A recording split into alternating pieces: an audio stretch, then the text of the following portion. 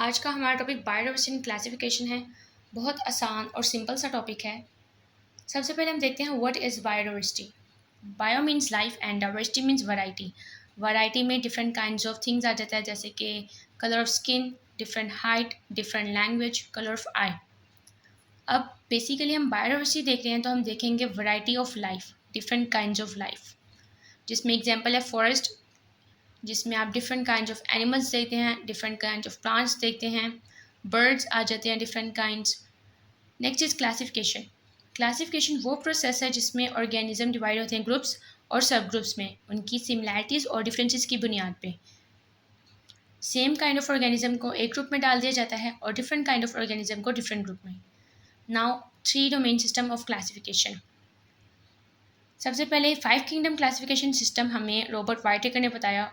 उन्होंने बताया there are 5 kingdom: kingdom Monera, kingdom Protista, kingdom Fungi, kingdom Plantae, kingdom Animalia. Kingdom Monera एक prokaryotes है और बाकी सारे यूकैरियोट्स हैं। प्रोकैरियोट्स मतलब उनके पास न्यूक्लियस नहीं होता, स्मॉल साइज़ होते हैं।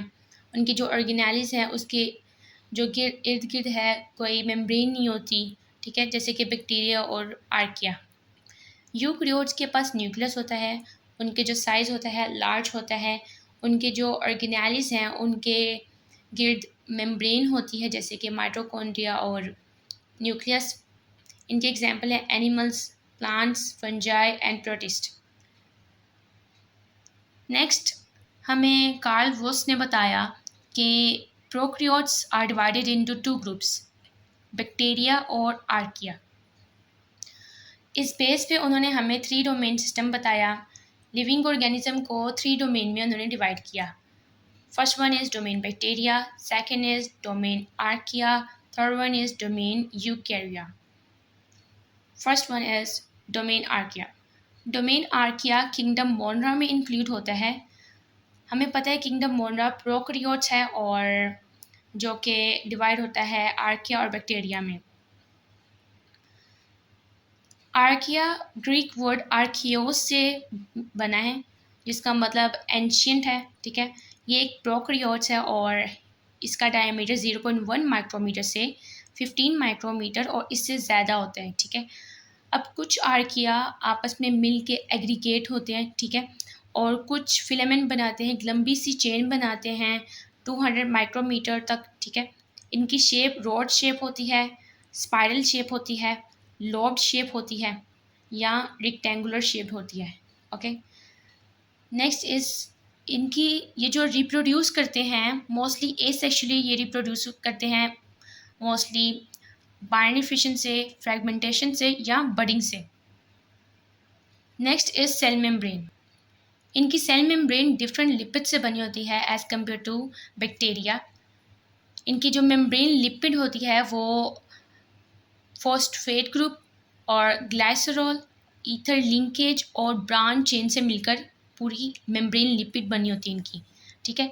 और ये बैक्टीरिया की मेम्ब्रेन लिपिड है जिसमें phosphate group, glycerol, ester linkage और अनब्रांच चेन होती है, ठीक है। इन दोनों में डिफरेंस क्या है? आर्किया में ईथर लिंकेज होती है जबकि बैक्टीरिया में एस्टर लिंकेज होती है। आर्किया में ब्रांच चेन होता है जबकि बैक्टीरिया में अनब्रांच चेन होता है। ब्रांच चेन की वजह से they are more resistance to extreme conditions, मतलब ये एक्सट्रीम कंडीशन पे भी सर्वाइव कर सकते हैं, ठीक है।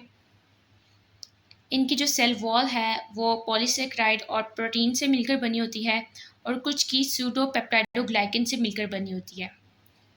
जेनेटिकली ये ज़्यादा रिलेट करते हैं यूकैरियोट्स से क्योंकि इनके जो जीन्स हैं वो यूकैरियोट्स के जीन से थोड़े से मिलते जुलते हैं, ठीक है। लेकिन जब आप इनका स्ट्रक्चर देखें तो ये बैक्टीरिया से मिलते हैं, ठीक है। Next is metabolism. मैथेनोजेनेसिस ये एक आर्किया है, उनका ग्रुप है जो कि मेटाबॉलिक प्रोसेस करता है और मीथेन प्रोड्यूस करता है, CH4। आर्किया के मेजर ग्रुप हैं मैथेनोजेंस जो कि मीथेन प्रोड्यूस करते हैं, हेलोबैक्टीरिया जो कि सॉल्ट लेक में पाए जाते हैं, नमक की कान में भी पाए जाते हैं, मोस्टली ये सॉल्ट लवर होते हैं। थर्मोकोकाई जो कि हॉट इन्वायरमेंट में पाए जाते हैं जैसे कि हॉट स्प्रिंग, ठीक है। थ्यूमेरक्यूटा जो कि नाइट्रोजन साइकिल में इन्वॉल्व होते हैं। मेथेनोजेंस मोस्टली हमारे इंटेस्टाइन में, ह्यूमन के इंटेस्टाइन में पाए जाते हैं, ठीक है। और जैसे कि वो ह्यूमन के इंटेस्टाइन में पाए जाते हैं, तो ये इंटेस्टाइनल गैस में बहुत अहम किरदार अदा करते हैं, ठीक है।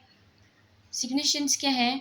आर्कियंस जो कि एसिडिटी और अल्कनिटी वाले कंडीशन में उस इन्वायरमेंट में पाए जाते हैं, इनको साइंटिस्ट मोस्टली एंजाइम के लिए यूज़ करते हैं। वो लैब्स में एंजाइम, इनके डीएनए रेप्लिकेशन वाले एंजाइम को यूज़ करके डीएनए रेप्लिकेट करते हैं। एंजाइम होते क्या हैं? एंजाइम जो कि रिएक्शन को स्पीड अप करते हैं, ठीक है। मेथेनोजेंस जो कि सेवेज ट्रीटमेंट में भी अहम किरदार अदा करते हैं, मतलब कि जो गंदा पानी है उसको ट्रीट करता है, ठीक है। They carry out anaerobic digestion. Methanogens human के इंटेस्टाइन में पाए जाते हैं, तो ऑक्सीजन के बगैर ही ये इंटेस्टाइन में डाइजेस्ट करते हैं, ठीक है। और ये प्रोड्यूस करते हैं बायोगैस। बायोगैस में मोस्टली मीथेन होती है, CH4, और कार्बन डाइऑक्साइड होती है, ठीक है। एसिडोफिलिक आर्किया जो कि मेटल्स को निकालने में मदद दिलाते हैं, मतलब कि माइनिंग के प्रोसेस में ना इसको यूज़ किया जाता है। कैसे कि सल्फ्यूरिक एसिड बनाने में इसको इस्तेमाल किया जाता है, फिर वो माइनिंग प्रोसेस में हम यूज़ करते हैं, ठीक है। Next is domain bacteria. Domain bacteria kingdom Monera में इंक्लूड होता है, ठीक है। और ये प्रोकैरियोट्स होता है, प्रोकैरियोट जिसमें न्यूक्लियस नहीं होता, ठीक है, स्मॉल साइज़ का होता है। अब ये एक बैक्टीरिया है, ठीक है। ये इसका सेल वॉल है, ये सेल मेम्ब्रेन है, ये प्लाज्मिड है, ये डीएनए है, ये फ्लैजिला है जिससे वो मूव करता है। सेल वॉल उसकी पेप्टाइडोग्लाइकन से बनी होती है। जेनेटिक मटेरियल इसका डीएनए है। प्लाज्मिड्स एक सर्कुलर डीएनए मॉलिक्यूल है, ठीक है, जो कि बैक्टीरिया के दरमियान ट्रांसफ़र होता है, जिसकी वजह से जेनेटिक डाइवर्सिटी और अडेप्टेशन होती है। मतलब फ़र्ज़ करो एक बैक्टीरिया के पास एंटीबायोटिक रेजिस्टेंस जीन है और दूसरे के पास नहीं है, ठीक है। एक ये वाला बैक्टीरिया प्लाज्मिड के ज़रिए इस जीन को ट्रांसफ़र करेगा दूसरे बैक्टीरिया में, तो इस तरह जेनेटिक डाइवर्सिटी होगी, मतलब कि ट्रेट इस बैक्टीरिया से इस बैक्टीरिया में जा रहा है, तो इस तरह डाइवर्सिटी आएगी, ठीक है। Next is adaptation. अब फ़र्ज़ करो ये बहुत सारे बैक्टीरिया हैं, ठीक है। अब इनके ख़िलाफ़ एक एंटीबायोटिक आ जाता है, ठीक है, कोई भी एंटीबायोटिक आ जाता है। अब इस एक बैक्टीरिया के पास सिर्फ एंटीबायोटिक रेजिस्टेंस जीन होती है, तो ये जो बैक्टीरिया है इन सब बैक्टीरिया को किल कर देगा सिवाय इसके, क्योंकि इसके पास एंटीबायोटिक रेजिस्टेंस जीन होती है, तो ये सर्वाइव कर लेगा, बाकी सारे किल हो जाएंगे। अब ये एंटीबायोटिक रेजिस्टेंस जीन आगे से, ये जो ट्रेट है आगे से नेक्स्ट बैक्टीरिया में ट्रांसफ़र किया जाएगा, इस तरह अडेप्टेशन आ जाएगी एक एंटीबायोटिक के ख़िलाफ़, ठीक है। बैक्टीरिया मोस्टली रिप्रोड्यूस करते हैं बाइनरी फिशन के ज़रिए, मतलब एक सेल सबसे पहले डीएनए की कॉपी बनाएगा, ठीक है, फिर मिड से सेल वॉल बनाएगा, जिसकी वजह से ये दोनों इस तरह 2 डॉटर सेल बन जाएंगे, ठीक है, जो कि सिमिलरली पेरेंट सेल से होगा। न्यूट्रिशन मोड, कुछ बैक्टीरिया ऑटोट्रॉफ्स होते हैं और कुछ हेटरोट्रॉफ्स होते हैं। ऑटोट्रॉफ्स जो कि खुद अपना फूड बना लेते हैं, फिर उससे एनर्जी हासिल करते हैं, फिर ग्रो करते हैं, जैसे कि फोटोसिंथेटिक बैक्टीरिया। और हेटरोट्रॉफ्स जो कि ऑर्गेनिक मैटर को पे फीड करते हैं, ठीक है, जैसे कि डिकम्पोजर्स। इनकी शेप्स होती है जैसे कि कोकाई, बेसिलाई जो कि रॉड शेप होते हैं, स्पाइरला जो कि स्पाइरल शेप होते हैं, विब्रियो जो कि कॉमा शेप होते हैं। Next is arrangements. Bacteria cell कभी सिंगल अरेंजमेंट में होते हैं, कभी पेयर में होते हैं, कभी चेन में होते हैं, तो कभी क्लस्टर में होते हैं, ठीक है। जैसे याद देख लो, ये कोकाई है, ये सिंगली कोकाई है, ठीक है, सिंगल है। ये डिप्लोकोकाई है, ये स्टेप्टोकोकाई है जो कि चेन में है, ये स्टेफेलोकोकाई है, ठीक है। फ्लैजिला, बैक्टीरिया में कभी कभार एक फ्लैजिला होता है, कभी कभार एक से ज़्यादा फ्लैजिला होता है, ठीक है। फ्लैजिला मूवमेंट करवाते हैं, ठीक है, बैक्टीरिया को। देख लो ये एक फ्लैजिला है और इस बैक्टीरिया के पास एक से ज़्यादा फ्लैजिला है। नेक्स्ट इज पिलाई और फिम्ब्रियाई। ये हेयर लाइक स्ट्रक्चर होते हैं बैक्टीरिया के पास, जो कि क्या करवाते हैं, अटैचमेंट करवाते हैं सरफेस पे और जेनेटिक मटेरियल को एक्सचेंज करवाते हैं। जैसे जो प्लाज्मिड्स हमने पढ़े थे, ठीक है, उसको एक्सचेंज करवाते हैं। अब ये देख लो, ये पिलाए है और ये फिम्ब्रिया है, ये अटैचमेंट करवाते हैं और ये जेनेटिक मटेरियल की एक्सचेंज करवाते हैं। Respiration, bacteria are divided into different types on the basis of respiration, जो कि हम यहाँ देखते हैं, जैसे कि ऑब्लिगेट एरोब्स, जिनको सर्वाइव करने के लिए ऑक्सीजन चाहिए होती है, जो कि मोस्टली एयर में पाए जाते हैं। ऑब्लिगेट एनारोब्स, जो कि ऑक्सीजन के बगैर सर्वाइव करते हैं, ठीक है, अगर इनको ऑक्सीजन मिल जाए तो उनके लिए हार्मफुल होती है, ठीक है, जो कि बैक्टीरिया जैसे कि डीप सॉइल में होते हैं और इंटेस्टाइन में होते हैं। फैकल्टेटिव एनारोब्स, जो कि ऑक्सीजन के साथ और उसके बगैर भी रह सकते हैं। मोस्टली ये लोग ऑक्सीजन प्रेफर करते हैं क्योंकि उससे ज़्यादा एनर्जी मिलती है। For example E coli. Microaerophiles, जिनको ऑक्सीजन स्मॉल अमाउंट में चाहिए होती है, अगर इनको ज़्यादा अमाउंट में मिल जाए तो उनके लिए हार्मफुल होती है। एरोटोलरेंट एनारोब्स, जो ऑक्सीजन यूज़ नहीं करते बल्कि वो फर्मेंटेशन करते हैं एनर्जी हासिल करने के लिए। अब फर्मेंटेशन क्या है, जो कि कन्वर्ट करता है शुगर को एनर्जी में, शुगर जैसे कि ग्लूकोज, सुक्रोज, ठीक है, एक्सेट्रा। इज एक्सट्रीमोफाइल्स, कुछ बैक्टीरिया एक्सट्रीम कंडीशन में सर्वाइव करते हैं, जैसे कि थर्मोफाइल्स, जो कि हाई टेम्परेचर में सर्वाइव करते हैं, जैसे कि हॉट स्प्रिंग आ गया, वोल्केनिक एरियाज आ गया। नेक्स्ट इज़ हैलोफाइल्स, ये इधर लिखना था, जो कि सॉलिटी मतलब कि सॉल्ट एरिया में जो कि सर्वाइव करते हैं, जैसे कि नमक की कान आ गया, ठीक है, सॉल्ट लेक्स आ गया। एसिडोफाइल्स, जो कि लो पीएच पे सर्वाइव करते हैं, ठीक है। नेक्स्ट इज पैथेनोजेनिसिटी, कुछ बैक्टीरिया जो कि डिजीज़ कॉज करते हैं ह्यूमंस में, एनिमल्स में, प्लांट्स में, जो कि टॉक्सिन प्रोड्यूस करते हैं, ठीक है। जो बैक्टीरिया हैं वो एक टॉक्सिन प्रोड्यूस करते हैं, ये एक हार्मफुल केमिकल होता है, ठीक है, जो कि ह्यूमन के सेल को डैमेज करता है, ठीक है, उनके एंजाइम को डैमेज करता है, जिसकी वजह से क्या होता है, वॉमिटिंग हो जाता है, डायरिया हो जाता है, ठीक है। जैसे कि एग्जांपल है स्टेफाइलोकोकस एयूरियस, जो कि फूड पॉइजनिंग करता है। सिम्बायोसिस, बहुत सारे जो बैक्टीरिया हैं वो सिम्बायोटिक रिलेशनशिप बनाते हैं दूसरे ऑर्गेनिज्म के साथ, जिसमें एक आ जाता है म्यूचुअलिज्म और एक आ जाता है कमेंसलिज्म। म्यूचुअलिज्म जिसमें जो दोनों ऑर्गेनिज्म को फ़ायदा पहुंच रहा होता है, जैसे एग्जांपल आ गया बैक्टीरिया जो कि ह्यूमन के इंटेस्टाइन में पाए जाते हैं, ठीक है। अब वो बैक्टीरिया ह्यूमन को डाइजेशन में हेल्प दे रहा है और इन रिटर्न वो न्यूट्रिएंट्स हासिल कर रहा है, ठीक है, दोनों को फ़ायदा हो रहा है, बहुत हैप्पी।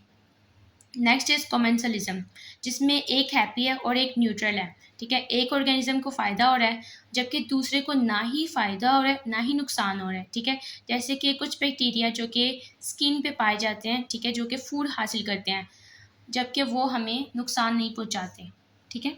पॉइंट बताना था इधर।